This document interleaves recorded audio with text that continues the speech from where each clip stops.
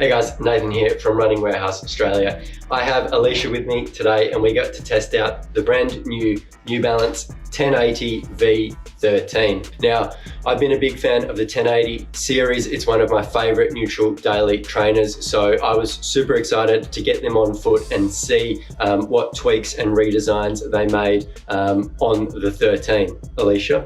So for me, this is my first pair of 1080s that I've tried, and I was pretty impressed with them.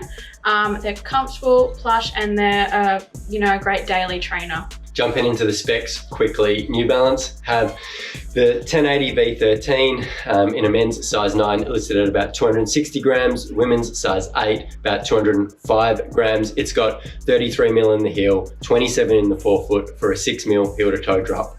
So I got to put about 50 or 60 Ks on my test pair, and in the midsole, they've given us a softer Fresh Foam X midsole compound, and you can definitely feel that underfoot. They have completely redesigned the midsole tooling as well, and I just found it to be a little bit softer, a little bit plusher underfoot, which I really enjoyed out on the run.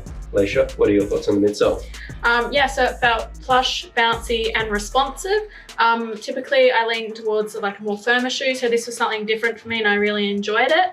And I also found it was a really good shoe for after a hard run session, so like good recovery run shoe. So moving on down to the outsole, which again New Balance has reworked. They've changed that blown rubber, and instead of it running across the shoe, it runs a bit more up and down the shoe, which for me, on those easy runs, which I think this shoe is built for, it just made the heel to toe transition a bit smoother underfoot. So coupled with that softer Fresh Foam X and then the reworked outsole just made this shoe really nice and soft and smooth through my stride on my easy runs. Alicia, did you have any thoughts on the outsole? I ran in the shoes in like lots of different types of condition, and I found that it gripped really well. And I also found that the outsole showed very minimal signs of wear and tear, even after about 50 Ks of running.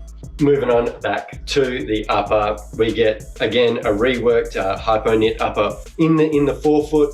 It gave me enough room width and stretch, but I found that the toe box could be a little shallow at times. I got a nice midfoot lockdown.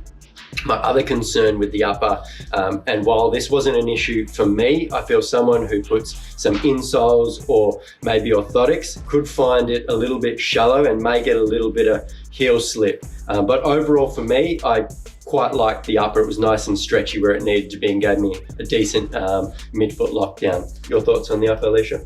I can also agree that it is a comfortable and secure lockdown fit. I do like the new redesign of the upper compared to the V12 that I've seen. And it also has a nice cushioning around the heel as well, which I found pretty comfortable. So overall, I really like the New Balance 1080 v13, but as I said, I've liked it since about version 9. That softer Fresh Foam X compound just made it a bit plusher underfoot, bit softer, a bit easier for getting out those easy daily runs. As I said, I liked the outsole, how they've reworked that, just gave it a smoother underfoot feel. My concern is a little bit in the upper. As I said, it has a little bit of a shallower toe box, I felt, but my main concern was around that heel. Will someone with an insole and an orthotic get that heel slip? I didn't find it, but it can be an issue, I think. Your overall thoughts on the 1080, Alicia? So honestly, I didn't really have anything negative to say about it. I overall think it's, a great daily trainer. It's comfortable, plush without, having the feeling of too high of a stack. And, I also, found that it had good traction on the outer as well. So as always, you can find these and more at Running Warehouse Australia, runningwarehouse.com.au.